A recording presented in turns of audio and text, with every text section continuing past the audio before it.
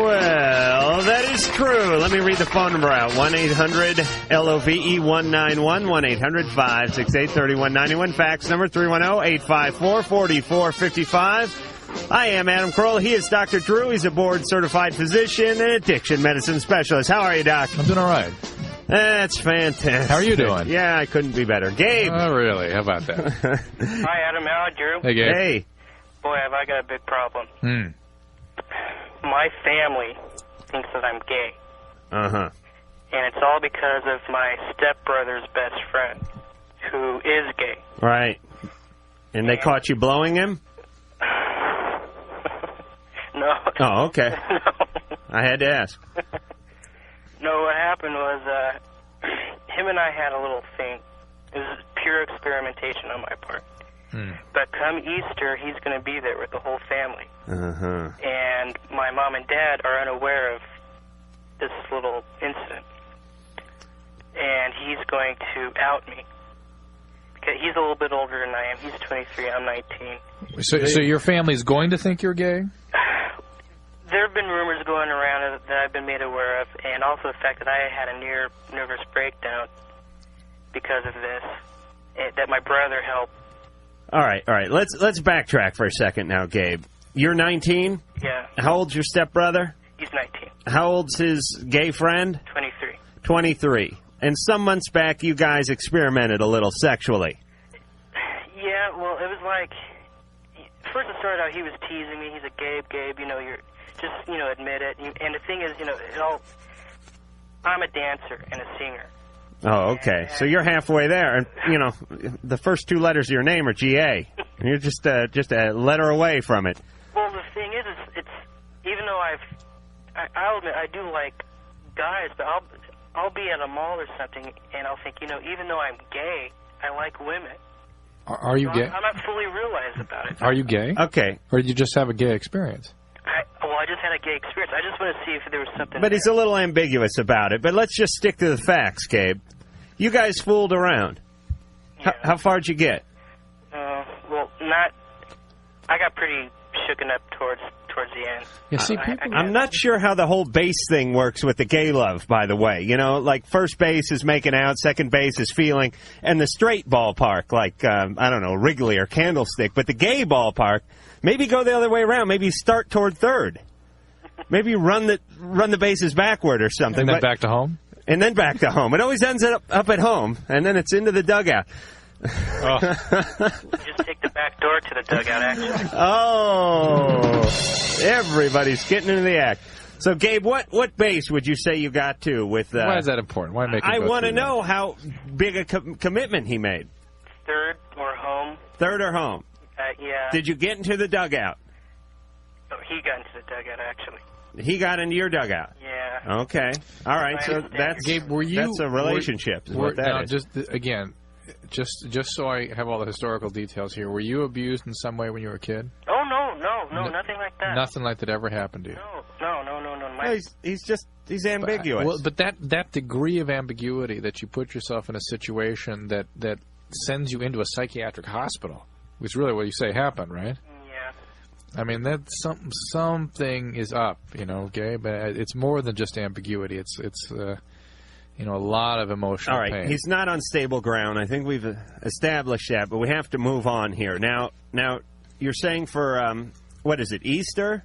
Yes. This guy's coming over as a friend of your brother's. He's a close friend. Can announce at Easter dinner and a friend of him. What's he going to do, take his salad fork and tap it on the crystal before he says it, or what? Is he going to say before grace or during? Maybe after dinner, please. maybe. Or the holiest of all holidays. That guy needs his...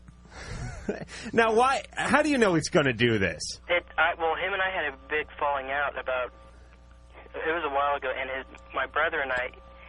he's put like a big wedge between our relationship, and it's just a big mess. All right. I doubt this guy's going to say anything at the table. Because, A, it takes two to tango, and your dad may go after him with the electric knife, too. Right. And number two, it'd just be, very humiliating for all involved. It's totally inappropriate. It's bizarre. It's positively bizarre. Gabe, I'm betting he won't do it. On the other hand, I wouldn't want to be sitting there trying to put down stuffing all night shaking like a leaf. Right. Should I go? I would really talk to him. And can't your stepbrother help you out on this one? Well, I'm older than he is. And Still- he's a bit of a basket case himself. Well, but maybe why is there such disturbance among the family? Gabe's family's a little whacked out, but we have to stick to the problem at hand, which is you have to make it through Easter. Yeah. I would say talk to this guy, talk to the stepbrother, announce to them, make it clear to them how disturbing this is going to be, and not to mention just poor etiquette. And you don't have to admit anything. You can deny whatever you want. The guy will look like an idiot.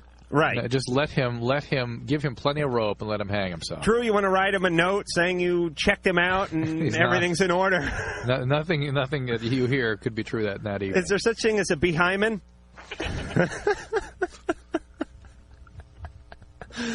If not, another invention of mine. The behymen by Ronco. All right, Gabe? Gabe, he's not going to do it. Could you imagine? Poor Gabe. It's terrible. Sean. Adam. Yes. Oh, big fan. Oh, thank you. You're on Loveline. I got a little bit of problem. Mm-hmm. Okay. There's this girl who I was kind of sweet on, and we talked in December at the mall, and I thought, hey, it's kind of cool. So, a lot going on at the mall these days. I got to get out to the mall. There's gay guys cruising around. There's girls talking to guys. How old are you, Sean? 19. 19-year-olds hang out in malls, huh? I'm guessing Sean's a little slow, but go ahead. I'm cruising the mall. What are you talking about?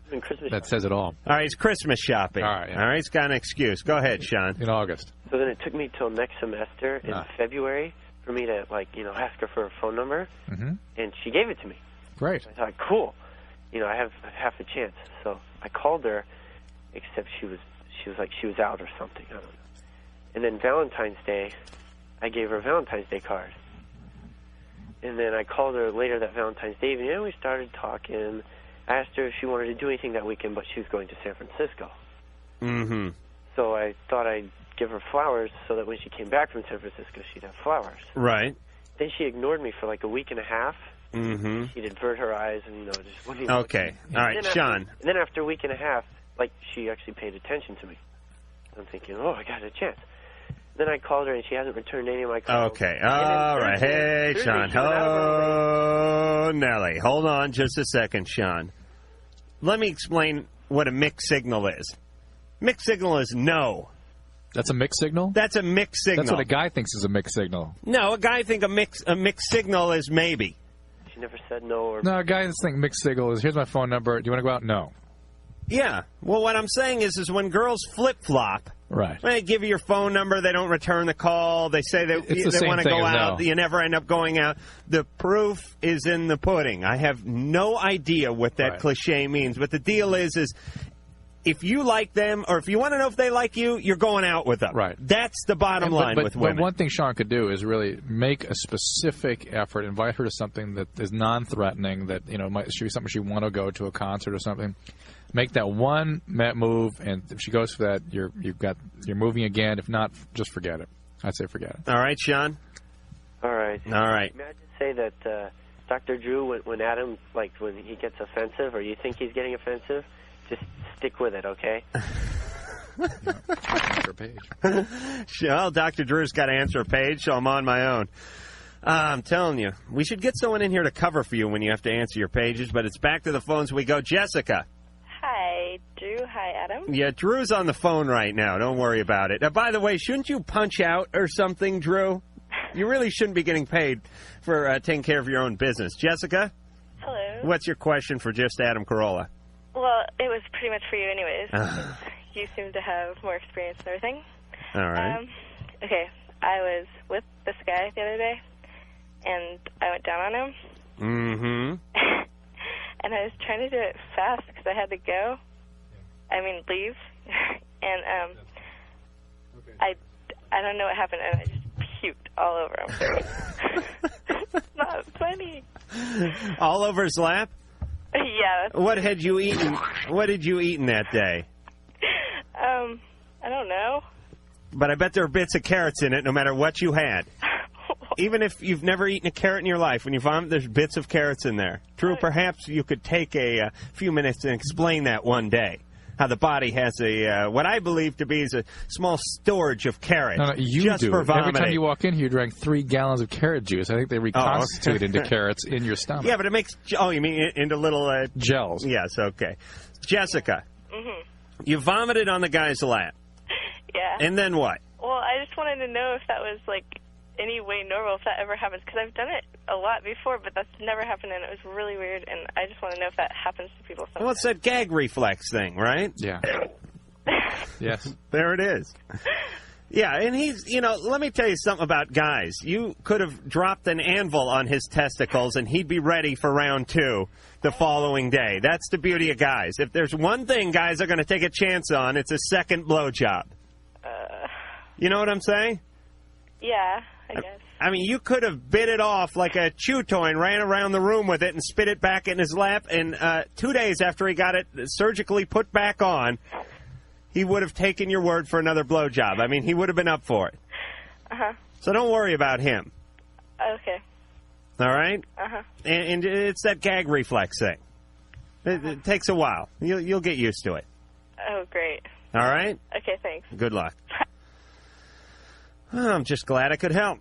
Drew, you're back with us? It's surreal to be dealing with what I was dealing with and come back to that conversation. What were you dealing with? I know it's Oh, that was a stock tip or something? No. Somebody going to surgery. I got to deal with. Okay. All right. It's heavy. Cynthia. Hey, what's up, you guys? Hey, nothing. All right. Well, see, my problem is that I was with this guy for 2 weeks, all right? And then, like, a day before we broke up, he told me that he thought we were taking things a little too fast. The next day, my ex-boyfriend and him, like, got in an argument, and my ex-boyfriend told him that I was saying bad things about my new boyfriend. So my new boyfriend believed this guy. He called me up. He broke up with me. 4 days after, we got back together. And then, like, a week after, I broke up with him because we weren't talking and there was no communication. And there's a great depth of relationship here, too. Yep. And, well, then, like, I talked to him 4 days after because me and his sister are really close, right? Uh-huh. She told me to ask him if he still had feelings for me, which he still does, right? So I asked him and I told him if he wanted to work things out, right? Right. And he told me, well, that he really liked me a lot, but he'd rather just leave things that way. Okay, Cynthia. Yeah. Drew and I are both completely lost. So here's my advice. Go for the taller one. She sounded like a short girl, and I think she would appreciate a taller man. Thank you, Adam. You didn't know what the hell is he saying? Yeah, great wisdom, phenomenal depth. I didn't know where we were. Yes. 2 days after my boyfriend left me, then 4 days. Then if you deduct the 2 days that I talked to her after the 2 weeks we'd went out, I didn't know where the hell we were. The good news Drew. for her is that she doesn't get that involved. These are superficial relationships, and they should be, and that's fine. They're easy to kind of come and go for her, and she needs to maybe not have a boyfriend right now, and then begin to kind of date superficially more than one person. Dating superficially does not sound like a good thing to do. No, I don't. You're 15, you're 16, just to get. I know it just has a bad ring to it. Superficial dating, short-term dating, going out and having dating around. AJ. Hey, you're on Loveline. Dr. Drew. AJ. Yeah. When I was visiting my grandma, I saw this one girl in 2nd grade, and I thought, whoa, for 2nd grade, that's pretty fine. Yeah. How old are you, AJ? I'm 14. And you were 7 then. 8. Yeah.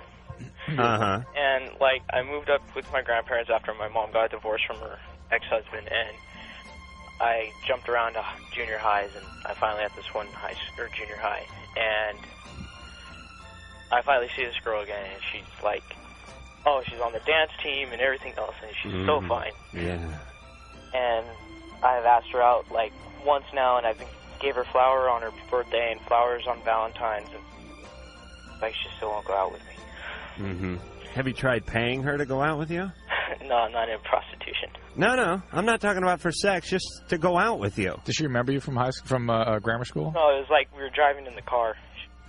Oh, you mean you just drove by and spotted her out in the yard? Yeah. Oh. Well, you know what you should do? If she doesn't recognize you, you should take a sheet of glass and press your face up against it and go, remember me? No, I was with my friends. So. Do you kind of get attached to people like that real easily? That's kind of you? Yeah. Yeah. It's been hard with my mom and my dad. What's going on? No, I just leaned up against the bedboard. It's okay, Grandpa. I'm on the radio. What the hell is he saying? Sorry about that. Hey, AJ, is that your grandpa? Yeah, I live with my grandparents now. Yeah. Can we talk to Grandpa? No, please, no. Okay. Very conservative. All right. Okay. So's Adam. Truth be known. Yeah, truth be known, I'm very conservative. What's going on with your folks? My dad lives up in Pomona in South LA County, and my mom's sort of a flake, and I can't.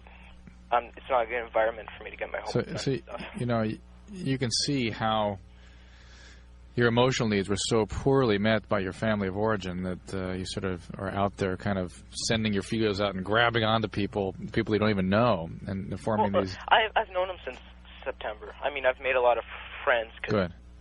AJ. Just be careful with those sort of impulsive relationships. AJ. Yeah. Does the house smell like mothballs? Oh, no. They're not that old. No. No special weird stuff in the bathroom? Oh, no. They still like Tony Bennett and... No weird, like, extra riser on the toilet seat or, monkey bar hanging down to grip onto in the shower. Any strange stuff like that at all? No, not at all. Okay. So they're not too old. Just the colostomy bag kit. Just a colostomy bag kit. Good luck, AJ. I'd say keep hanging in there, but don't forsake other possibilities, you know? Keep the torch. But, AJ, remember now, you're too old to be cruising by the second graders now, right? Yeah. Oh, okay. All right, just wanted to make that clear. Brett. Yes. You're on Loveline. Cool. Hey, Drew. Hey, Adam. Hey, Brett. You know, I really miss Ricky. He was like the mediator between the two of you. Now it's just... He alleviated the stress. So what is it, just fire and ice now? No, just... Pretty much, yeah. We had to bring boxing gloves in. That'll work. Hey, anyways, my question is, my boyfriend got arrested and was put in jail 11 months ago, and he's getting out on Tuesday. Mm-hmm. And he was in jail for heroin use. Yeah. He got hepatitis C. From injecting heroin. Right, doing the heroin. Yeah. When he gets out, he's going to be living with me, and I don't know what to do with him. You know, I know it's not contagious. Hepatitis C. Yeah. Yeah, it is sexually transmitted, probably. Probably. And there's no vaccine for that as of yet. It's he may have had it and cleared it, too. Does he have chronic hepatitis C? I don't know because I haven't seen him for 11 months. About 60% of people that get C will get chronic C. It's a devastating form of hepatitis. About half of those people then will get cirrhosis. Did you visit him while he was in jail, Brett? There's a 2-inch piece of glass between the two of us. All right, but it is potentially sexually transmitted. And you're not an addict yourself? Oh, no, I've never done drugs. Is he involved in sobriety, or is he just not using? He says he's been sober for 11 months. Yeah, he's not using. It's a big difference in actually being involved in the sobriety process. Right. If he goes to NA meetings twice a day and he has a sponsor, then you don't need to do anything except to keep the environment stable and maybe go to some Al-Anon meetings yourself. Yeah, what's he going to do about sex, though? Well, that's what picture books and videos are for. That's a good answer, actually. That's what we used to tell. Wait a minute, listen, I should have given that answer. But that's what we used to give our HIV patients. That's what we tell them. That's the best. If that's a viable alternative for you, that is a good alternative. Right. Now, what about? Yeah, but you're not living with someone you could have sex with. Don't talk them down from that. That's a good plan. No, I'm not. But I'm just saying I have picture books, as they say. I love those magazines, by the way. They always have the price they're asking, which is like $25.95, and then the real price is like $3. What are they? Oh, the ones from like Sweden and stuff like that.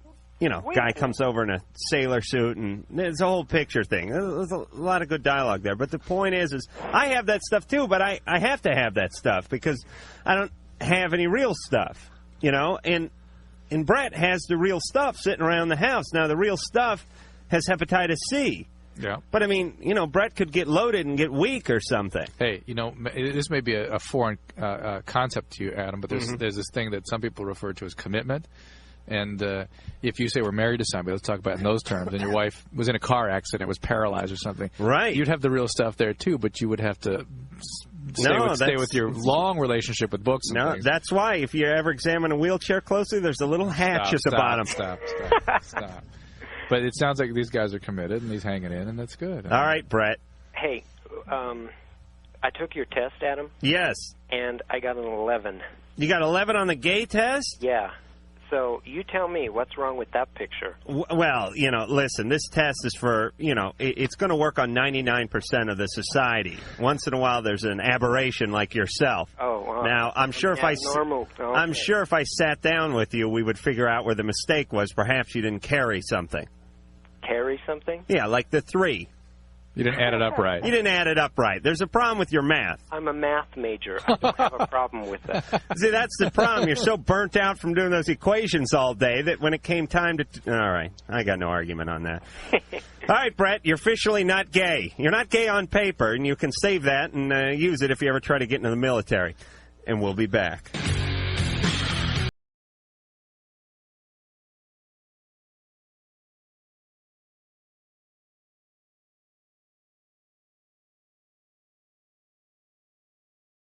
Loveline. You certainly are. My name is Adam Carolla. He is Dr. Drew's board-certified physician. The phone number here at Loveline, 1-800-LOVE-191, 1-800-568-3191. The fax number, 310-854-4455. Last week, and in an earlier call tonight, you heard it referred to, I gave the GAT test, the gay aptitude test. Also last week, I gave the HAT test, was the hetero. I always say heterosexual aptitude test for males. Do I see some additions to that? There are some. Oh. Don't give them away. I got some more data over the weekend, so I put that in. So we're going to be doing that again a little later on this evening. And then tomorrow, you can all look forward to the LAT test, which would be the lesbian aptitude test. Again, I'll be holding my breath. You're on the honor system with these things. What? Arm yourself with a pad and pencil and take the test when it comes. And it will be coming later this hour. What are all these figures here? Is this? I was working out some numbers during the break, trying to figure out a basic equation, because there's a sort of a equator that you have to get past. A median score. You got to get past. All right. Although I don't even know if you want to be hanging around the crack, as it were. But anyway, we're going back to the phones, and we're going to talk to Rachel. Rachel. Hi, Adam. Hi, Dr. Drew. Hi, Rachel. Hi. Okay, I had a question. Me and my boyfriend have been together now for about a year, and we're really committed. We live together, and we're both interested in the same types of women, and we were wondering if that was normal to want to bring a third party into the relationship. What types of women? Like alternative types. So like maybe like a tattoo and an earring, kind of nose earring or something like that? Possibly. My guess is he's interested in whatever kind of woman you could drag home that he could get involved with your consent. I mean, you could bring a young Republican. He'd probably be happy with that. You could bring a hippie. You could bring a pregnant black woman in her 60s. I'm sure he would be excited. Okay. What, are you writing this down, Rachel? No. So you want to know if it's going to screw up the relationship. And if it's normal for committed relationships to want that kind of thing. Yes, no. It's normal to fantasize about it. Yes, it's going to screw up your relationship. No, it's not normal to. All right, slow down a second. What Drew's trying to say is that it's natural to fantasize about it. Yes. And we all have our own fantasies. And for them to share fantasy, even if they move, picture, books, or whatever those things are you're talking about. Well, that's what they're talking about, bringing a alternative chick in and sharing her. Yeah. But we found statistically that after you act on it, somewhere between the time the guy heads to the hamper to mop himself down with something and you head into the den to catch the last 10 minutes of Sally Jesse Raphael, something happens. Some chemical goes off in your head. And it's usually a bad thing. Yeah. And the relationship has difficulty staying the course after that. Right. Jealousies, feelings you don't anticipate.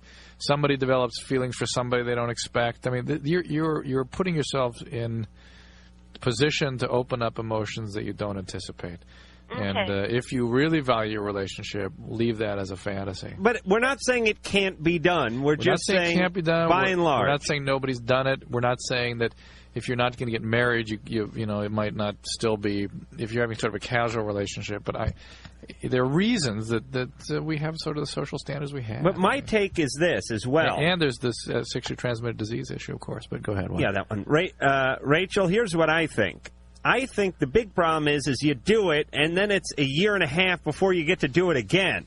I think if you could keep them, if they're lined up, you know, out front of the bedroom and down the driveway. Well, because if you're going to have a fun swinging threesome like every weekend with a new person every weekend, I think that would keep you going until the next weekend and the next weekend and the next weekend. That'd be a disaster. It would? That'd be a disaster. All right. Rachel, don't do it. Don't do it, all right? Okay. Okay. I don't know. As a matter of fact, I ran into somebody at a restaurant once who somehow we were introduced, and anyway, she knew who I was, and there were two girls, and she said, I'm married, and the other one said, I have a long-term relationship. We have threesome swinging kind of things all the time. We always hear you knocking them, and we're here to tell you it works. But you're right. Statistically, it's not going to work. That's all you can say. Yeah, I mean, you got to, it's that chalk that up to seeing things in evolution. You know, that's like the marijuana addict saying, "See, I'm fine. I've been smoking 3 years." Well, look at them at 10 years when things really start to fall apart. All right, but also you got to try certain things. You have to make certain mistakes. And then you eventually move on and you get married to someone else. I feel so strongly, and I bet you if we had a chance to interview those two people you talked to, you'd find out there really was something not right there. Well, yeah, they're both wackos, no doubt about that. I kept eating off my plate. Matt. Hey. Hey. Dr. Drew, Professor Jack. What's happening? Professor Jack. No, I'll take it. Go ahead. Hey, I have a question for the doctor, but first I want to compliment y'all. Y'all are a lot better than that other guy on the radio, Rush. Well, thank you. We're better than Rush Limbaugh. So much. And I have a correction for the doctor, and I have a question for the doctor. Yeah, go ahead. Dr. Drew, I have a question about the energy stack. Have you heard of it? Never heard of it. Okay. I work in a pharmacy, and I've made capsules up for people before. Right. And what it is, it's ephedrine, 50 milligrams. Great. Aspirin, 650 milligrams, and caffeine, 200 milligrams, which you ground up into a powder and then put into the gelatin capsule. Beautiful. And they take this in the morning for energy. Yeah, yeah. And I was wondering, how safe is it? Ephedrine can raise your blood pressure. It's profoundly has a profound potential to raise your blood pressure rather substantially. Aspirin obviously can erode your stomach and cause ulcers. And caffeine, I don't see any big problem with that. But the only people that are going to be using the energy stack, I assure you, are addicts. And it's just going to keep that addictive behavior going until they find something that actually does trigger their reward system. So the big time that comes around is like finals. Everybody wants the energy stack because it seems to keep them awake for hours. Matt, have you had one of those tonight? No, I have had an energy stack. Really? I bet it's pretty uncomfortable feeling. No, it just kind of, it's like drinking a couple jolts. Yeah, okay. Matt, what kind of pharmacy do you work at? And where are you, in Mexico? No, I'm where they let you, like, experiment and make you're not a soda jerk, for Christ's sake. I'm about 20 miles out of D.C. And they just let you sit back there and experiment with the chemicals? No, well, they're all over the counter, so I can just take them home and make them. Oh, okay. It's got a thriving business. There are people that abuse ephedrine, by the way, Matt, so it's not totally safe. That's a decongestant? Not pseudoephedrine. Ephedrine is that's alpha stimulant is what they call it. What's the other thing, Matt? Well, the other thing is you were talking about syringes the other night. Right. Now you need a prescription to get them? Yeah, you don't need them? No. There's no federal law that says you have to have a prescription to get syringes. Well, in this state we're broadcasting from, I always write prescriptions, so I assume that's how my patients get them. Because usually you can just go up to the pharmacy. Sometimes you don't even have to go to the pharmacy. They're just on the drawers, just on the shelves in the store. You can just take the syringes. I don't think that's I don't know for a fact. All I know is that I write prescriptions an awful lot for syringes, and I don't think you can just pick them up here in California, but maybe. It could be. It's state regulated. Yeah. Matt, I have an idea. Why don't you take the energy stack, hook it up, and put it in a syringe, and then people could mainline your new product? I could drive it into solution. It wouldn't be that difficult. Yes, I got the Bunsen burner at home. Oh, Matt, fantastic. Matt. I mean, a little 15cc, something like that. All right. The call's being traced now, Matt. We're alerting the ATF members, and they're converging on your home as we speak. Oh, my dad's a cop. It's no problem. Great. Matt. Very reassuring. Matt. Yes. Be careful. Cool. All right. See you, pal. Woo. Larry. Yeah, hi, Dr. Drew and Hi, Larry. Adam. What's up? Hi. Yeah, I have a question for Dr. Drew. Yeah, Larry. Yeah. About 2 years ago, I'm a bodybuilder, and I've been, I shave my chest and stuff. And one day I was pinching on my nipples, and I guess what my mom said was milk came out, and I was lactating. I was going to say it was a bubbling crude, but that was the whole Beverly Hillbillies thing. Either you have a rather significant medical problem, or you're taking steroids. No, I've never taken a steroid. In fact, I've never taken a drug in my life. Could he be a woman and not know it? Larry. What? Jock check. Look down your shorts. Make sure there's something there. No, Everything is, the equipment is all there. Larry, no. There are prolactin-secreting tumors, low thyroid. These are all things that can predispose to that. You need to see a doctor as quickly as possible, okay? It has nothing to do with male or female. Mm-hmm. It is an endocrine disturbance, and it's most commonly caused by medication. And if you're not on medication, it's some other hormonal disturbance, and probably in order of likelihood.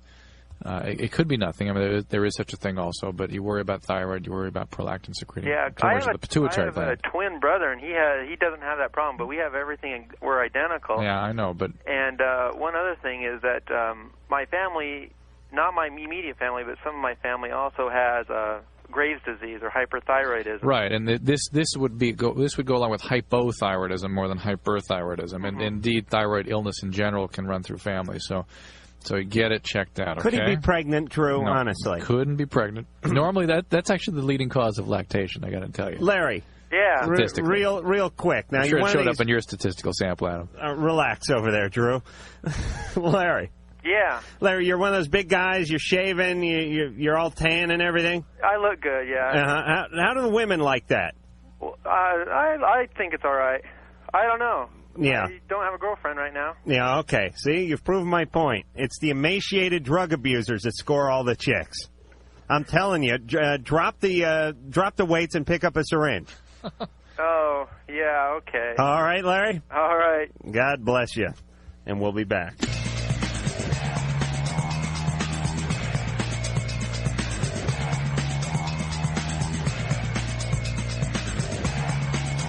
Okay, we're back. Let me get the phone number out. 1-800-LOVE-191. The fax number 310-854-4455. I'm Adam Carolla. He is Dr. Drew. And as promised, the hat test is forthcoming.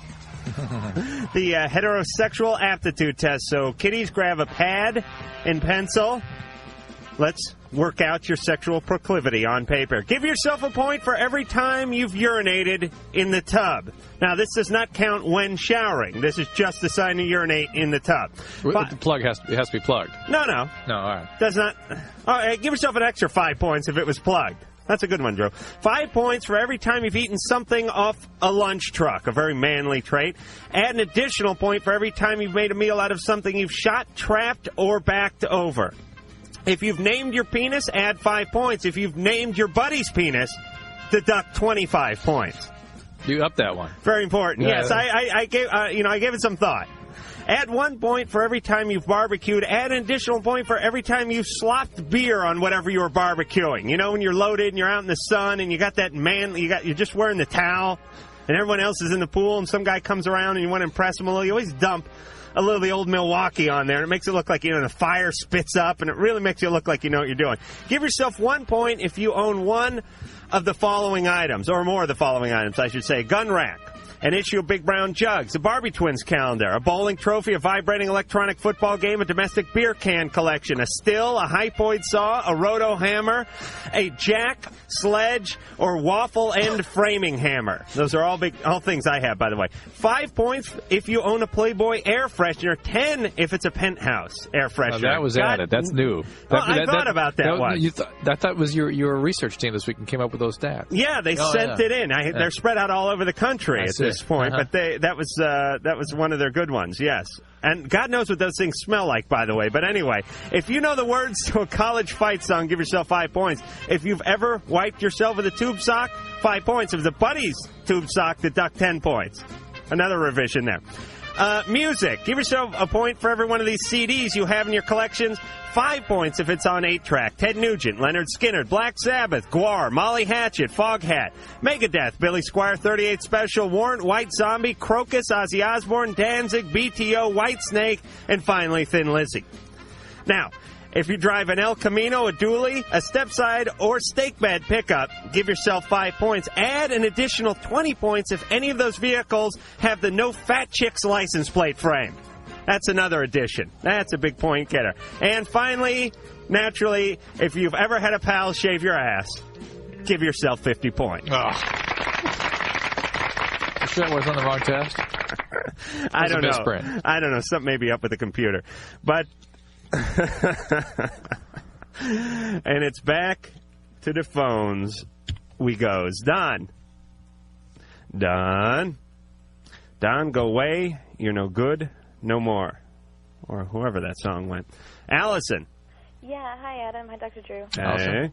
Hi. Okay, my problem is that basically I haven't had my period for 2 months, and I'm still a virgin and stuff, and I've had my period for like 3 years now. Regularly? Yeah, regularly. Mm-hmm. And so I don't know if like maybe if there's something wrong, or I'm not sure. Probably not. I mean, for women to have irregular periods or even to miss a period or two here and there is completely normal. There are many, many reasons that can happen, not the least of which is changes in your diet, exercise, stress. You lose a lot of weight, that'll do it, right? Yeah, right. You're over working out, that sort of thing can do it. There can be ovarian cysts. There can be just abnormalities of your normal cycling that naturally occur. What about elves in your crotch? Elves in your crotch would not do it. Oh, okay. I have to ask. You can't use that one, Adam. I'm sorry. Alice, is there anything going on particularly? No, not really. I mean, life has just been going normal for me and stuff, so I wasn't sure if, you know. If it goes more than about 3 months, you ought to see a doctor about it, because there might be something going on that needs to be treated. But it is nothing you need to be worried about, okay? It's very normal to have those kinds of changes. Okay. Okay? Okay, one more question. Dr. Drew, did you used to, write for a magazine? Oh, yeah, I did. Sassy? Young Miss? Sassy. Yeah. Okay, yeah. All right, thank you very much. All right, bye-bye. Bye-bye. Now, was it the horoscope section? No, what? I just say questions. They send in questions, same thing. Sassy questions for Drew. Oh, a dream date. Did they do a dream date with Drew? No. Because they were going to run a competition called Watch Adam Stay Home and Masturbate, but the publishers got hold of that real quick and squelched it. Yeah, they nipped it in the bud. Todd. Yeah, hey Adam, hey Dr. Drew. Hey, you're on Loveline. Yeah, I called in I think it was like a week, maybe a week and a half ago, about getting burnt in a car accident. Oh yeah, that was you, right? How you doing? Yeah, I talked to my girlfriend. She came over. Everything was cool. She cried a little bit, She saw me. You were worried about what your girlfriend would think when she saw you. Yeah. Right. All right. Well, she saw me and she didn't leave me, so she's been hanging out. And every day after school, she comes over, gives me my homework and stuff. Great. I had a question about getting burnt around the testicle area. Mm-hmm. Did that just ruin my shot at having kids or anything? You just burned the skin, the scrotum, right? I think so. Well, you'd know it if you burnt. You didn't burn the testicles off. It wasn't like you dropped a boiler bag into something. No, not like that. It's not like the insides got cooked. No, I don't think so. All right. Do you still have dressings over your burns? Huh? Do you still have dressing over most of your burns? Yeah. What part of your body's covered? My leg, my right arm, and right shoulder, that area. Yeah. Mostly the right side of my body. Yeah. That's about it, though. Do you see it ever when they change the dressings? Not really. I don't really pay attention to it. Is it that you don't want to look at it, or what? Yeah, pretty much. You turn away. Yeah. Okay. When do they change the dressings next? Oh, I don't know. My doctor wants us every week to go in there and check everything. Right. So. And you have dressings changed at that point? Yeah, pretty much. You're not doing daily dressing changes? My mom makes sure everything's okay, and if you see anything weird, she'll call the doctor. But she's not taking everything off and putting Silvadene cream on it? She does, yeah, she does that. Every day? Every day. Okay.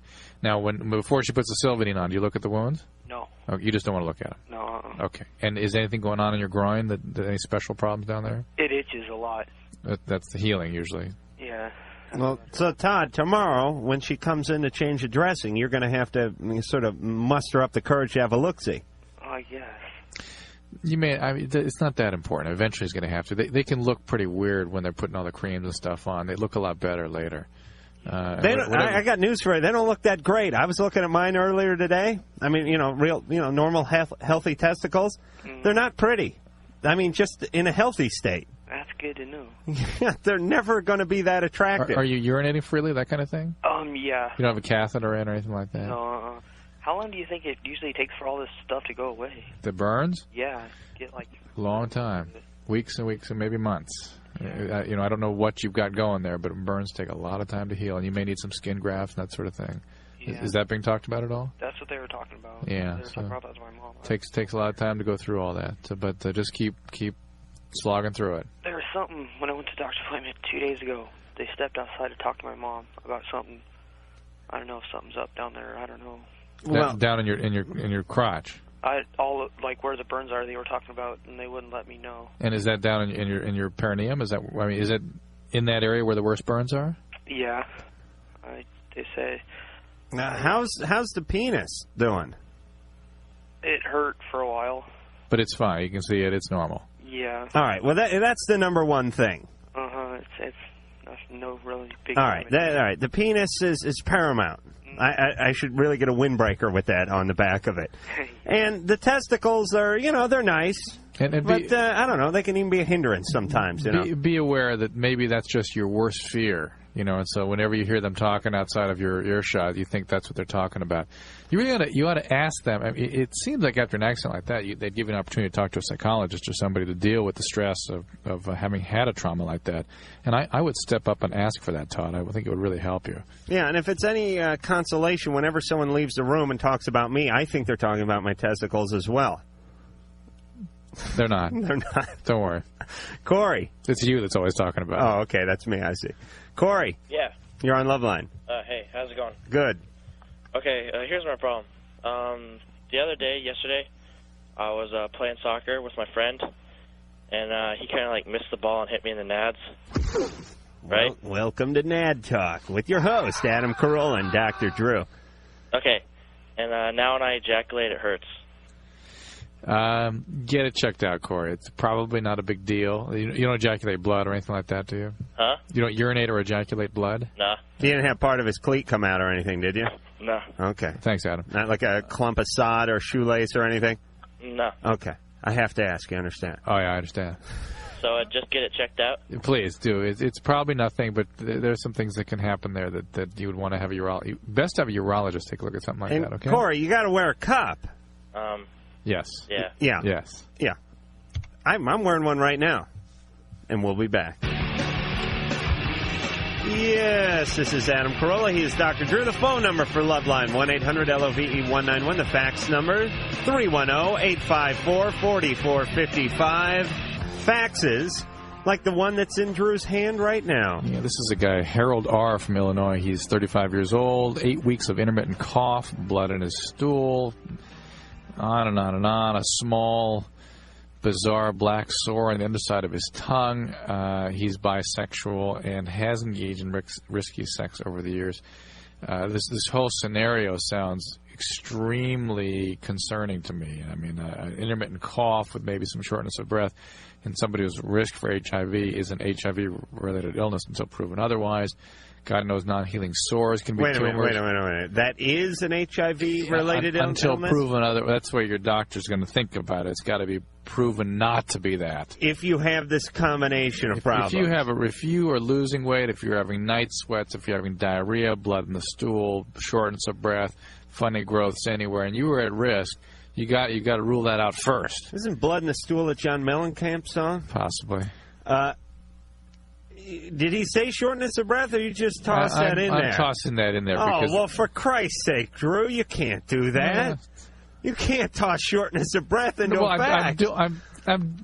Look, I'm doing it. Look, this is enough for me to be worried about HIV in this particular guy. Okay. I'm just saying, in general, if that's there, people need to be very well, the point is he's had risky it could be sex. Right, but it could be a million other things. It could be TB. It could be a million other things. So, I mean, it could be nothing, but he has to get it checked. But the worst thing you can do, without trying to sound like a public service message here, is think you may have something, so you don't do it. I mean, so you don't go look into it, so you don't go get tested. Meanwhile, it gets worse. Right. Meanwhile, you have the opportunity to spread it on to loved ones, perhaps. Right. Or even loved ones you only knew for one night.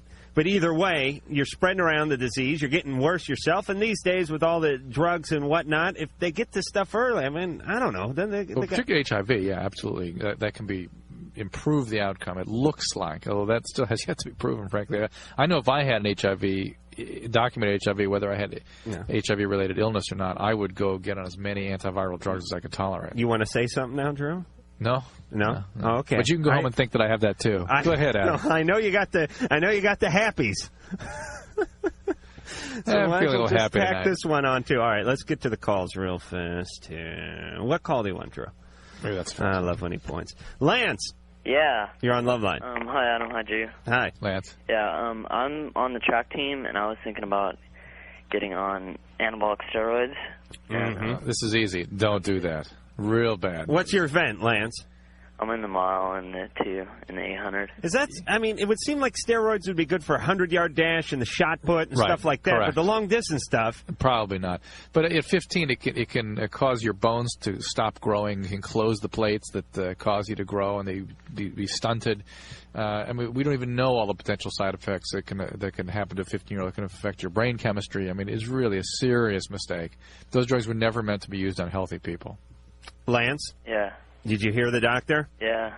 Good luck. Don't do it. All right, let's get the phone numbers out again. 1-800-LOVE-191, 1-800-568-3191. The fax number, 310-854-4455. And Drew has just had something handed to him. Usually here it's a cup of coffee, but this may have to pertain to the show. Although, if they handed me one of those, I'd be happy too. This is vindication for me. I'd mentioned that I have to write prescriptions for people when they want to get syringes, and I didn't think it was possible for people to get syringes. And for me, too, because I went on a whole long tirade about the government not getting these things to people or making them accessible. It says just because hypodermic syringes are over-the-counter without a prescription doesn't mean it's legal. Match should consult 4149 Business and Professional Code, which states it's illegal to be in possession of a hypodermic syringe without a prescription. And the guy... Thank you and good night. The guy who was who called in was working at a Tijuana pharmacy anyway and mixing up his own batches of things. He's working in Washington, D.C. Come on. All right. Drew, all right, let me set you up. Just point like a monkey. I love when you do that. Kristen. Yeah. No, my name's Crystal. Oh, sorry, Crystal. Oh, it's okay. Yeah, all right. Whatever. My name's really Alan. Okay. Okay. Whatever. Okay, whatever. Okay, I have a question for you guys. All right. Okay, is it common practice for like guys to shave themselves like down there, or does that mean that there's something wrong with them? It's a peculiar practice. Which side? The front side, right? That's very bizarre. Yeah. The back side, it's unthinkable. That's gross. Crystal, you mean shaved clean or just a grooming? Shaved clean. Let me tell you something about guys. No, okay, but like, he said that he shaved like all of it before, and he's like, but then I look like a little kid, so he just like let the top part of it grow, and like he shaved like underneath. All right, the guy's got a lot of time on his hands, obviously, and God knows what else on his hand. I did that once when I was in high school because I had this theory, I'm not religious, but I am very superstitious. Uh-huh. For the same reason I don't carry the condom in the wallet. I think that's like the curse. You know what I'm saying? I don't think I'll never get laid if I carry around a condom. It's bad luck. Just get to the story. This I can't believe. I shaved my nether regions when I was like, 17 years old. Yeah. Because I figured this would up my chances of having sex. Because, you shave yourself and then, God forbid, there you are. Boom, you're naked in front of somebody, embarrassed as hell. You see what I'm saying? I see. So it's like reverse psychology. Reverse psychology. I see. That's right. Is that really the only reason? Are you talking about the crabs? No, I didn't have crabs. He may have crabs, though. And Drew doesn't have herpes. Okay. But I did it. It didn't work. It grew back. It grew back till I looked like Bernie from Room 222 before I actually got sex. Well, because like my friend said that they probably might do it because they might have like some sort of disease. Crabs? Crabs? Yes. Yes. So if you shave it down there, then the crabs go away? Not really. No. They hide somewhere else and come back down there later. Okay. Yeah, it's like when your home is devastated by an earthquake, you move out onto the lawn. Uh-huh. But you don't go away with the dump truck. You go back in the house. You go back in the house, but if there's no house, you just sleep on the lawn. Okay. You with Thanks, me? Kristen. Yeah, I get it. Good luck. Sounds kind of weird to me. But you care to list other bizarre... I want to let them out sort of incrementally throughout the months if they'll have me here on this show. You know, I don't want to spill all the beans in one evening. Yeah, a lot of people have done that. I didn't get a razor out or anything. I just gave myself a nice trim, and I figured this would bring on sex. It was another ill-fated attempt at sex. I mean, you know, throughout history, man have done bizarre rituals in an attempt to bring on good fortune. I just wonder what the ones were that you've engaged in over time. A lot of cultures. I mean, I'm sure the Greeks didn't typically do that as a way of consulting an oracle. Yes, the oracle wouldn't tell them to do that as a way of bringing good fortune. Seamus Zacharias did that, sure. Yeah, well, some cultures do like a rain dance. I did a shave dance. That's the point. And let me tell you I'm something. just concerned about what other rain dances you might have done. All right, Drew. Relax over there, Mr. Glasshouse. Let me explain to you about the crab. The crab's like a lice. Lice. Yeah. Right. Yeah. These things are indestructible. Right, that's right. A friend of mine had them. And I know you're saying I had them, but I didn't. I wish I had the opportunity to contract venereal diseases when I was in high school. I just didn't get sex. But a friend of mine who did have this opportunity got the crab. Right. And we took one off of him, or he took one off of him, and we captured this crab. We were like Marlon Perkins and Jim. Yeah. And we took this thing, and I said, I figured out that ammonia would kill anything. Right. I was putting ammonia in a squirt bottle. It would kill roaches. It would Right. kill ants. I mean, picture being doused in ammonia. We put a drop of ammonia onto this crab on the bathroom counter. Yeah. The thing just walked right out of it, left a trail of ammonia behind it, and just kept going. I think it, like, Flip Me the Bird or something as it went on. So they are totally indestructible. You have to get that special T111. Right. Well, there's a number of stuff now that's available, but I think our screener just got the gist of what you've been talking about. All right. Very provocative. Michael. Yes. You're on Loveline. Hey, guys. You got a question? Yeah. Well, first I want to say that you guys are great. Thank you. And also to thank you, Adam, for the talc idea. Oh, yes. I just picked up a big vat of it today. I was telling Drew on the phone. Drew, did I not call you earlier this afternoon? Yes, he was concerned about his talc supply. I said, I'm going to Save-On. I'm getting some more talc. You need anything? It's a fact. He did. But the great part of that conversation was his shock that he had ever run out of talc. This was it. This was the moment of truth for you. Yeah, I was really in a quandary. Michael? Yes. Yes? I have a question for the doc. Yeah, Michael, what's up? Is it normal for I can twist my right testicle like two or three times? Is that normal? In the scrotum? Yes. Like spin it around? Yeah. Yeah, I guess that's normal. I mean, it seems a little peculiar. They certainly can spin around once. But it's only the right side. Yeah, I don't know that you have to worry about that. Does it? No, I don't think you have to worry about that necessarily. Michael? Yes. You out of work? Sorry? You out of work? No. By the way, I wouldn't do that very much because you can twist off the blood supply of the testy. Michael, I want you to listen real carefully to that because that is a fact. You can stay twisted and then cut off the blood supply and the damn thing can die. Okay. Michael? Yeah. There's something called origami. Uh-huh. You should look into it. The man has too much time. Evidently, a lot of people do. I never knew. You did too, for that matter. Oh, Drew, that was all part of a ritual. But listen, I didn't know you could do that, but I guess you could because the testicle just has what? The one cord? The cord, yeah. There is a little thing that tethers it down the base there, too. How would you know when you made a lap? Because it's sort of... I wonder if he's actually doing that, frankly. It's sort of symmetrical, isn't it? I mean, There's it'd be hard to tell. There's a cap on it, and if you knew where the cap was, you could feel that come past. Ray. I'm sorry, I'm just thinking, ow, an itch right now. Anyhow, hi, Dr. Drew and Adam. Hey, Ray. Ray, what are you doing now? Oh, about the two last callers, I'm just thinking itch from the shaving. Yeah, I know. My groin itches and my nuts hurt. Yeah, they're hurting real bad. For a quick comment to you, Adam, on your hedgerow test, I scored about over a 300, so yeehaw on that one. Oh, you're a lot of man, because it was only possible. Well, I guess you could have gone up that high. All right. Yeah. All right, you're all man, Ray. Go ahead. Anyhow, I've been involved with this girl now for a couple of years, and we live together. We are engaged to be married. And before we were involved in a relationship, she had a relationship with a female. And I actually didn't know about this till like a year down her road when we were together, because she was really afraid to express this in our relationship. But she expressed it, and I was very open-minded to it, because I care for her, and I was very, concerned about her past as well. And but now, time down the road, she has expressed that her feelings for or attractions toward her females. And when we see one somewhere, she might make a comment, "Oh, she has nice legs," or "nice butt," or Right. And my concern is, why don't you start doing that when you see a guy, just to kind of throw a fur? Hey, look at the basket on that dude. No, thank you. Anyhow, is there, is the being bi, is that for this female to be bi? Well, I'm kind of, shot and all right, shocked. I understand. Can you put her on the phone? Yeah. Yeah, tell her to take her pinky out of your ass and put her on the phone. I hear her there doing God knows what to you. Okay, here she is. Yeah.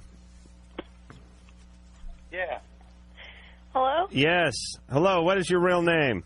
What is my real name? Yes. Kim. Kim. Kind of a lesbian name. Kim, you're going to be listening tomorrow night when I give the LAT test, the lesbian aptitude test, because that will really, that will be the tail of the tape, as they say.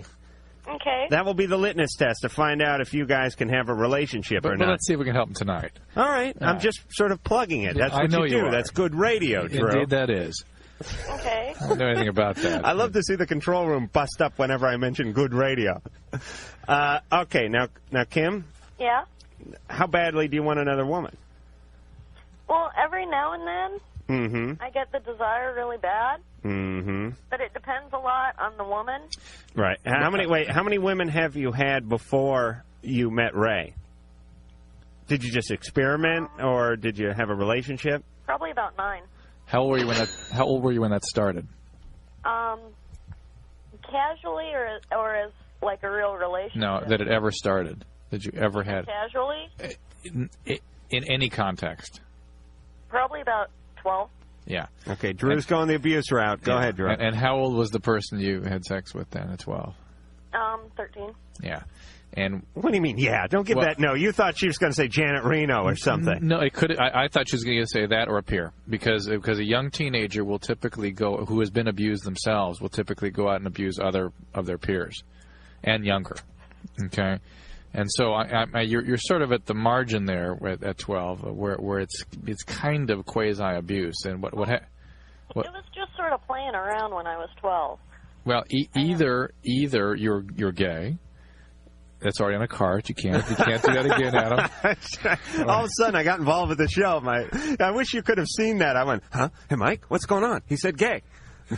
Either you're gay. All right. And that was the beginning of those feelings, and you really haven't fully come to grips with that. Or you were enticed into something by somebody who'd had their boundaries violated at a young age, and it sort of created some ambivalence in yourself. I don't know which it is. I mean, it's, Well, because I'm really attracted to both women and men. But here's the sort of the acid test question, and that is, when you're in a committed relationship, why is it any different than him being attracted to another woman or you being attracted to another man? Or containing those impulses if you have them. Right. I mean, what Drew's saying is you're in a committed relationship, so you cannot, or you can be, but you can't act on your attraction toward others. Yeah. I mean, Ann, producer Ann, I know she digs me. She really wants you? Right, yeah, oh yeah. But she's married, and she doesn't act on it. And I know it takes every fiber of her will, every It really ounce does. of. God, you've read me. Especially now I tried that to hide What it, do those too. little things look like? Carrots that just came out of her mouth. I think that's called vomit. Especially now that I'm sporting the cheesy, bad teenager mustache. I know it takes every ounce of will she possesses. And sometimes I'll see her just snapping that rubber band she keeps around her thigh just to keep herself in line. And that's why I usually scurry out of here right after the show, because I don't want to torture the poor thing. But the point is she doesn't act on it because she's in a committed relationship. But would it be so bad if I did? No. As a matter of fact, there'd be some money in it for you. Kim? So, I mean, that's really the issue here. Is, I mean, if you're not ready to be in a committed relationship, you got to admit that now before you guys really get too far into this. If you're gay, you need to begin to deal with those feelings and what that means for you. It's a very tough thing for people to come to grips with sometimes. But don't get married if you're ambivalent, if you're not clear on what you want out of a relationship, what you want out of a marriage. Don't do it. Okay? Well, I'm really committed to him. Well, all right. then Well, should if be an you're issue. really committed to him, then you won't screw around. Yeah, we don't have to worry about it. And like I said, you have to look at it as fooling around with anybody, be it man, be it woman, be it beast. The neighbor's Shetland pony would be considered a no-no, although it would make a good video. And there goes, that's not Drew's high horse, that was the Shetland pony. John. Hey, guys, how are you doing? Hey, you're good. John? Gosh, I got a problem here. Mm-hmm. I'm a newlywed, and we've been playing really, really well lately. But something happened. My wife asked me to come to the bedroom 2 nights ago, and she told me to pull her butt cheeks apart, and there's a hemorrhoid there, and she says I gave it to her. How did you do that? Well, anal sex, I think. I was going to guess that. Okay, well, that's how you gave it to her. Then. That's what she says? The only other way would be pregnancy, probably. Is that how? Can that happen? Yes, that can happen. Well, what do I do about it? I mean, it doesn't hurt her or anything, but is it going to be problematic in the future? Could he use his penis much like they, those old warships when they would pack the cannons? I wish so much we were on TV right now. Because the visual there was really something. You had to see both hands moving it up. I don't think we just sit here. So what should I do? I mean, or she should do, really. I think she should get some Anusol cream, and she ought to leave it at that. And I think you guys ought to cease the behavior, because she can get some pretty serious rectal disease. Well, she had a really good time with it, though. Well, all right, but John, you got to use a lot of lubrication. Are you using that? Well, we used a lot. I mean, we were trying to be careful and everything, and we were having a good time. I don't know. I would say next time you go origami, huh? Listen, what do you say? Origami. No. I was going to say next time you go over to her folks' house, to your in-laws' house, and you guys are eating there. Yeah. Ask the folks what they think. I mean, ask them if there's some kind of home remedy, perhaps. Explain to them what happened and how it manifested itself and what you could do about it. See if you could get some input. I guess. And wear a bulletproof vest. That'll work. All right, John. Find another guy? John? No. John. Just origami. John? Yeah. Be careful where you put your wand. Yeah, if you're getting a hemorrhoid, you really have to back off certain behaviors. If you're hurting anybody anywhere, they avoid things that cause pain. Very simple. Yes. Very good, Drew. Don. Hello. You're on Loveline. Hi. Hi. Hi, Dr. Drew. Hey, Don. Is this the same Don we tried to talk to earlier? Yeah, and I got a dial tone. Uh-huh. I got disconnected somehow. Okay, I've been going out with my ex-boyfriend. Well, I had been going out with him for 1 year and 4 months, and I was totally in love with him, and I still love him a lot. But recently, last Friday, he cheated on me. And it's hard. What exactly was the circumstance? That night I had asked him to go out with me. I told him, let's go do something. He's like, no, I'm just going to stay home. And he lives with his friend. And I guess he just went out with this girl, and he got with her. And I found out through friends. So he was planning that. I don't know if he was planning it, but Has he ever done it before? Not that I know of. Adam, what do you think the chances are that he's going to do it again? I'd say I'm doing like 100 and 110%. That's about what I'd say. Let me ask you this: how'd you find out about it? I found out through a friend, but I confronted him about it, and he admitted it. Mm-hmm. And now, this was your ex-boyfriend who you had started a relationship with again? No, I'm not back with him. We've been hanging out, and I told him, I still love him with all my heart. Yeah, but it's not really cheating if it's your ex-boyfriend. No, but I was with him. I broke up with him the day I found out. Right, because of this, he's ex. Oh, Smart I'm girl. sorry. And she's wondering now that he's kind of coming back around, should she get back with him? I mean, he's been bringing me flowers. And she's just asking for the same problem all over again. He called the girl and told her that it was a big mistake, and it meant nothing to him, and that he was still in love with me, and I was there. Were you there for that phone call? I was there when he called her. While he was talking to the dial tone? No, I was talking to the guys at Domino's who were completely confused. They delivered a pizza to Pakistan now because of that conversation. Don, I don't know. I wouldn't. I mean, one time isn't much, and the guy's giving her flowers and blah, blah, blah, blah, blah, blah, but I don't know. Producer Ann, what do you think? Get rid of him.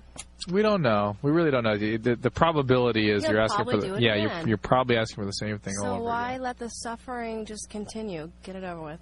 Yeah. All right, Don. All right. There are plenty of guys out there who don't plan on cheating. I guess. I guess, too. I was just saying that. They're in mental institutions. But we'll be back.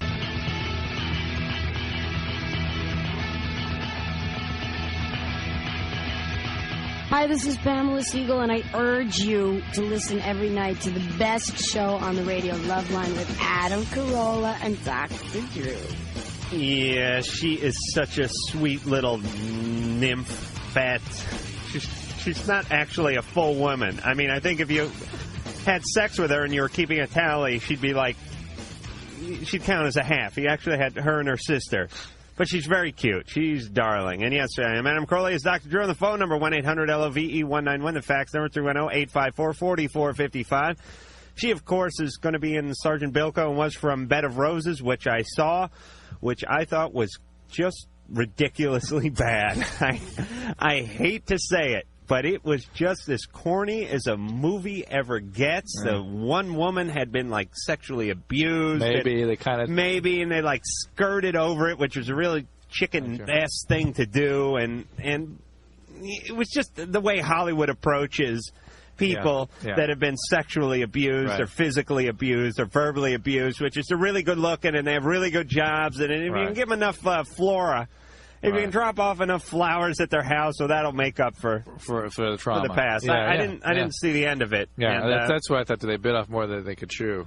And I didn't have the sound up, so I'm trying to be fair. But and it was in fast motion. And it was in fast motion. I just can't, if it's in the VCR, the sound is not up. I have certain rules. And I'm going to stick by them. Teresa? Yeah. You're on Loveline. Hi.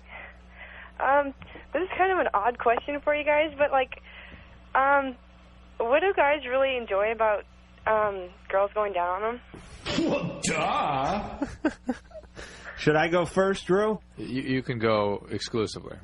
Because now, everybody loves blowjobs. Pizza, here we go again. No, I'm not going to give the pizza analogy, but all guys love them. But I think I could run for mayor of Blowjobville.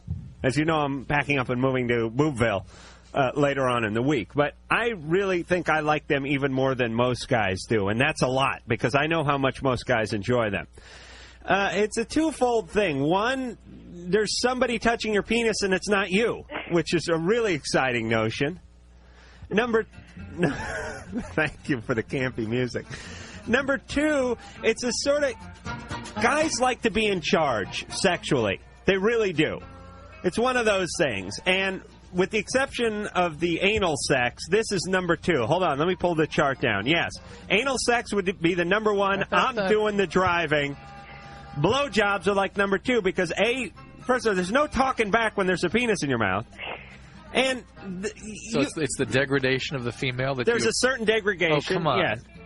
Listen, Drew. This is a collage. Do you understand? There's not one thing that makes up someone's sexual preference. There's not one thing that makes up what someone enjoys physically. There's a great physical satisfaction there. There's an emotional thing. I mean, and also, it's how else could you say I love you? Screw flowers. This is the ultimate I love you. Sacrifice. This is the ultimate sacrifice. I mean, you don't want it from like grandma or anything like that on your birthday, but what I'm... No, I thought that went out. But what I'm saying is yes, if you have your penis in someone's mouth, what more could they do for you? What more? I mean, unless they're like putting a spit shine on your boots or something at the same time. And so that's what guys like about it. Engineer Mike is nodding away. That's his hand moving. What can girls do to make it funner for the girl? Get it over with quick? Dip it in chocolate, Engineer Mike says, or just rolled around in jimmies? I don't know. I think you have to like it. And if you don't like it, it's going to be a pretty tough road to hoe. And in which case, you just sort of do the best you can for what you think is a long enough period of time. Okay. You know what I'm saying? Yeah. You have a boyfriend? No, I have ex-boyfriend. Ex-boyfriend. Yeah. Yeah, well, just sort of bear with it. And don't do anything you don't want to do. Okay. Unless I tell you to.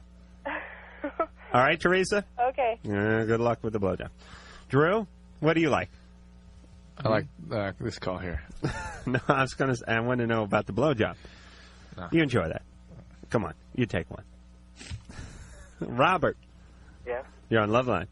Hi, I have two questions. One, I have a girlfriend and I'm attracted to girls that I like giving blowjobs and get screwed from behind with my legs in the air and stuff. I'm also attracted to the bottom of guys' feet because I like to suck toes too. Wait a minute. So the question is, am I gay or like what? I mean, You're gay. because I've had relationships with girls too. Uh-huh. And with guys. But yeah. Well, who have you had more relationships with? Kind of like 50-50. Uh-huh. Did you take the GAT test the other night? Yeah. Uh-huh. How'd you fare? Wait, let me get. I think I got like. Okay, yeah. Run over to the file. Look under gay. Oh, you don't have it in front of you? I got a 72. 72? Yeah. Drew. Yeah. I told you that was a bogus call, didn't I? I know. I thought it was bogus too. We let it go too long. We? Oh, well, I could have. I could have. I gave you that. Hey, yeah. This is bogus look. Yeah, and I didn't return it. No, but I was thinking it was bogus. I tossed you the bogus ball. You did not toss it back. Yeah. And Drew, the reason being is that he sounded peculiar enough that if it was somebody really disturbed, I don't want to accuse them of making up the call and just leaving it. Right. So I wanted to let it go a little further. Well, we're like the fire department here. We do not have the luxury to sit around and say, I don't know, I don't think that one is, because someone could burn in a house. Right. We have to go out and check it out. Right. And once in a while we get fooled and have to come home and eat cold food because we picked up and left. But that's our job here, damn it. And we're not ashamed. Are we? I don't know, but they're dancing around the control room. Yeah, what's going on over there? All right. What? What, Ann? What's the deal? He stayed on the line. Oh, really? So we picked it up and told him what we thought of him. Oh, good. Very nice. Well, Nice touch. Little poetic justice. Amy. Hi, Adam, Dr. Drew. Hey. I have a question for Dr. Drew. Yes, ma'am. I have constant vaginal discharge. Uh-huh. And it's like every day. It's not a constant flow, but it's there constantly. Like a clear discharge? Yeah. Now, let me ask a quick discharge-related question. How far away from your vagina does it have to get to be discharged? Does it have to get out? Yeah, you wouldn't know it was there otherwise. Yeah. All right, don't try to make me feel like an idiot, Drew. But the point is where's it go? I mean, how far does it have to get? It's enough to be noticed. Okay, so it can't just be moisture up in there like if you're having sex or something like that. No, it needs to show up on the underwear, basically. Underwear or like the sheets or the dog or something, whatever's got down there. Okay. Right. And that can be normal, Amy. Oh, really? Right? I mean, some women just have a heavier discharge than others, and some don't have any, some have it all the time. Is it something that appeared suddenly? No, I've had it for a while. Forever. Basically. Since puberty, right? I'm sorry, what? Since puberty, since you started having periods? I guess. Yeah, and that would be normal. I guess it's... Are you sexually active? No. You've never had sex before? Mm-mm. There are vaginal infections that could occur without sexual activity, and so it probably ought to be checked out just to be sure. But it is certainly nothing you need to be concerned about, okay? Because it can be normal. Yeah. And All right, Amy? Part of the next 30 or 40 years. Great. Don't worry, menopause is right around the corner. Teresa? Hi. Hey, you're on Loveline. Hi, Adam. Hi, Dr. Drew. Hi. Teresa, what's up? Well, I just started the birth control pill about 2 weeks ago. Uh-huh. Actually, this is the start of my third cycle. And today, like I felt this morning, there was like a tingling in my leg, like in the upper thigh. I'm not sure I heard you correctly. Did you say 2 weeks ago? I started the pill 2 weeks ago. And when you say your third cycle, what do you mean by that? Well, I mean like the third week. Third week. You're not taking the triphasic where it's a different color every week? No. Okay. What kind of pill are you taking? A Demolin or... Demulin? Okay. So it just started today, like a tingling in my leg, and I was just wondering if... Both legs? No, just one, and it's up in the, like in the upper thigh, and it's not like constant, but Yeah. it just... How's your calf? Any swelling there or anything like that? No. I mean, the one sort of very, very unusual, particularly for your age, but really serious complication that a pill can cause is a clot in the veins in the leg, and that will usually manifest as pain and swelling in that leg. Ortho-est, unfortunately, has been slightly more associated with that than some of the other pills. The tingling probably is nothing. I mean, who knows? You get all kinds of fluid shifts when you get on the pill. You feel bloated, too? Yeah. Yeah, and so that can create little nerve entrapments and things. Where's your fluid shift from? From outside in the external world into your body. Oh, okay. Yeah. So, like, from the tub or from the shower, wherever. Needs to enter through your mouth. Okay. Oh, Okay. I see. All right. Okay. Also, I started, like, you know how you can have bleeding, but it's not part of your period? Correct. They call that spotting, by the way. Spotting Drew. or mid-cycle bleeding? It's not spotting, but it's like... Real I've bleeding. had it for over a week now. Like, It's just... Sometimes that'll settle down the second or third actual cycle of pills that you go through, so just hang with it, okay? Okay. All right. Thank you. Bye-bye. Good luck. And isn't it true that they derive the hormone from the pregnant mare's urine? The original hormones.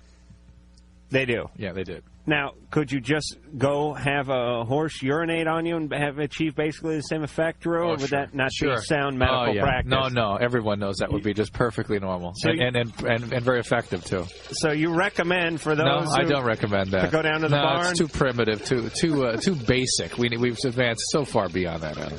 Didn't you know that's the way that... Yeah, thank you. There goes the high horse. All right, It's out of the barn for the first time this evening. All right. All right? Yes, I'm all right. And we'll be back.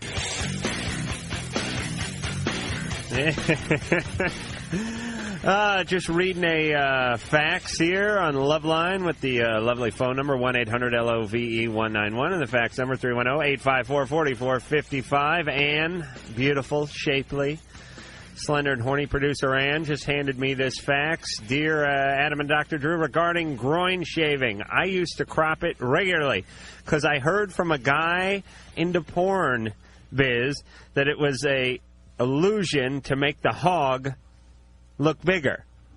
And that's true. Really? Dylan Thomas is listening to our show. Well, tonight. no, but if you take a hog and you put him in like 3 feet of mud, like, you know, up to its little hoggy knees, hey, it's not going to look like as much hog as if you have him just standing on the linoleum. Do you know what I'm saying? Big day in our household today. We got Babe on video.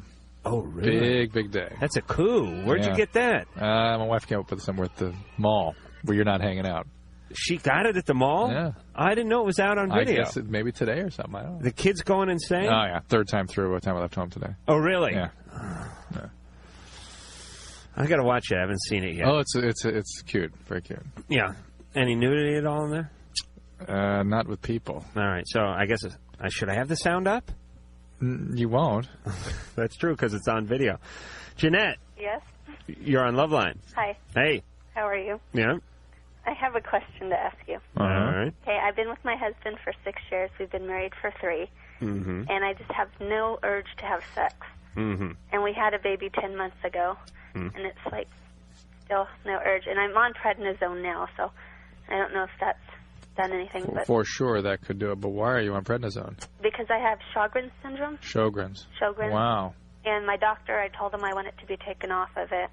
I don't want to be on it anymore. Oh, absolutely. How's that manifest itself, the Sjogren's? Dry syndrome? mouth, dry eyes. Yeah. Really, the immune system basically attacks the sweat glands and the salivary glands. But now, Sjogren's in somebody your age. Have you seen a rheumatologist? I'm going to an internal medicine. I've gone to 2 now, and they have me. I told them to take me off of it, and they said it's the best thing for me. But you get a workup. I mean, for somebody your age, I mean, Sjogren's as an isolated illness is unusual. It's usually associated with something else. Okay. Something causes the Sjogren's usually. Okay. And make sure I would, if I were taking care of you, particularly if I thought you needed prednisone, I would at least have a rheumatologist give you a look over. What's a rheumatologist do? Somebody who specializes in diseases of the joints and autoimmune illnesses. Okay, so like if your joints hurt, you'd show it to him. Right, but other autoimmune conditions, and this is one of them. So certainly the prednisone could. Okay, I was on 30 milligrams. It's a huge dose, and so now I'm told them to take me off. I'm down to 8, and they're only lowering me a milligram a month. Well, you got to go very, very slowly. And I was on Plaquenil also. Right. All right. Now, could that dry up the sex cave there too? Yes. But even a 10-month-old child can do it. Just that by itself, Jeanette. Really? Okay. Oh, absolutely. Because I had my glands, they swelled 5 years ago, and nobody figured it out. And then now I've, had my baby 10 months ago, and they finally figured it out after I had her. So your first Sjogren's outbreak was a long time ago, huh? 5 years ago. Very unusual. When my glands swell and I can't eat or drink because they swell so bad. Very strange. I still don't know why it does that. Very strange. All right, so that's actually better than what I was thinking, because the fact that you've gone this long with it without something else presenting itself is kind of good. Yeah, I've been to 5 ear, nose, and throat specialists. Yeah, but see a rheumatologist, okay? And I think I'm starting to have the arthritis signs. Yeah, okay. It's probably going to be something else that comes in here. Jeanette? Yeah? How's your husband taking the no sex? He doesn't complain, but I know it's mean to not, Are you menstruating normally? Yeah. Are you still breastfeeding? I've been on the pill since I was 17. And you're back on the pill again? Yeah, I went off of it before I got when I decided to get pregnant, and then I went on it after my. Because that often helps some of the diminished sex drive that people experience after they have a baby. And then the stress of having a kid and all that. I mean, plus you're sick and you have swollen glands. You may not ever have sex again. No, I'm not saying that. But do get off the steroids. See the rheumatologist. Make an effort and. Yeah, because my insurance, I have to go to my doctor and then he has to. All right, but you don't want to have sex. No. But does it hurt you to have sex? Sometimes, but. Okay. Yeah. All right. Well, you know my advice in this case, which it's a real chivalrous stance, which is just take it like a man. I mean. Not like a man, because that could really hurt you. But what I mean is once a week, lie there, and I'll tell you what you do with a guy. Go out and you got to tire him out first somehow. Like when a dog's hyperactive or a kid does that, you take him out in the park, you throw the frisbee to him a little while, so they sleep that night. Take the guy out like rollerblading, or take him out like chugging pitchers of beer. Do something. You know what I mean? Take a little wind out of his sail. Then drag him back into the bedroom and go, "You're ready." You get a couple of licks in, roll over, and pass out, and that'll be it. People who really don't have libido or sex drive find sex to be very irritating. It's just the whole thought of it becomes, particularly women, are very it's just uncomfortable for them even to think about it. Well, so because it's more than just ankles are smacking yourself in the ear. You got some sweaty, big, hairy guy on. I mean, look at Engineer Mike over here for a second. If you didn't really need to have sex, would you let him mount?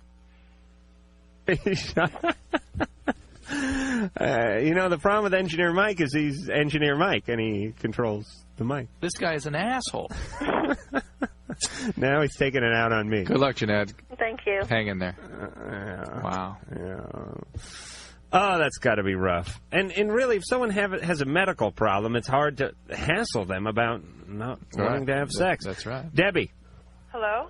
Hey, you're on Loveline. Hi. Hi. Only been trying to get to you for so long. Well, we've been waiting. Well, that's great. I feel sorry for the other caller, though. Yeah. I understand what she's going through. You do? Yes, I do. How's that? Well, who are you, Joe Friday, all of a sudden? I'm just curious that she would relate to something. It's kind of an unusual combination of problems. How's that, man? The thing is, it's not what I'm talking or calling you about, but I can relate to what she's talking about. I had 2 kids. Yeah. And the first child I had, I didn't, after a while, I didn't want to have sex with my husband because he was an arrogant SOB. And that was like his thing. I don't know, it's hard after you have a child. Yeah. When you have 2, it becomes more hard. More hard. And more difficult, Adam. I beg your pardon. More harder, don't you mean? College boy over there, for Christ's sake. I totally wish that, but I mean, I don't know. It's just really weird with him. Right.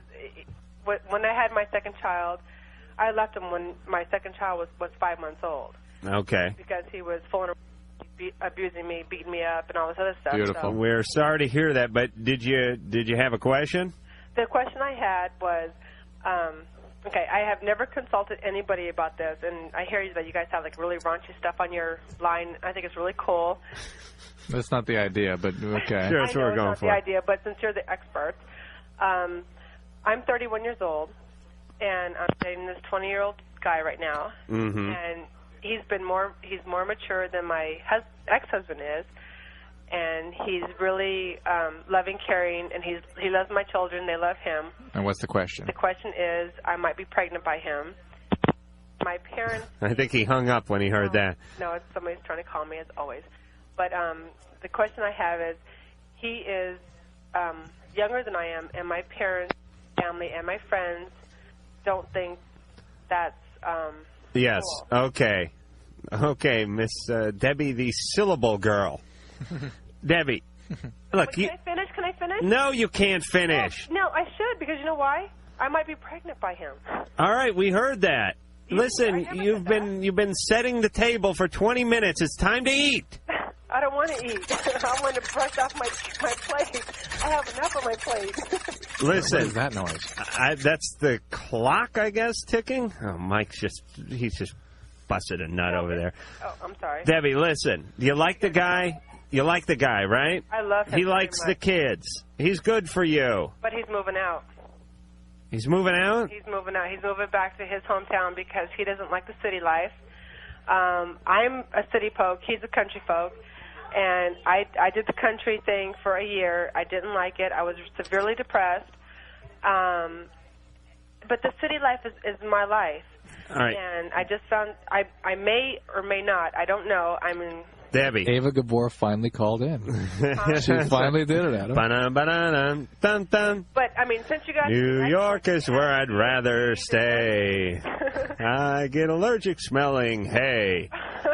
I'm seeing cows. I had them in my backyard. I saw them, seen it, did it. All right, Debbie. Yes. Listen, you're talking a mile a minute. You got so many problems, we can't corral them all. I'm sorry. I'm about ready to get the Etch-a-Sketch out, and I know you don't want to do that because that really is the ultimate insult to one's life when I go for the Etch-a-Sketch and shake it clean. Yeah, but I can even shake it even better. All right, Debbie, settle down.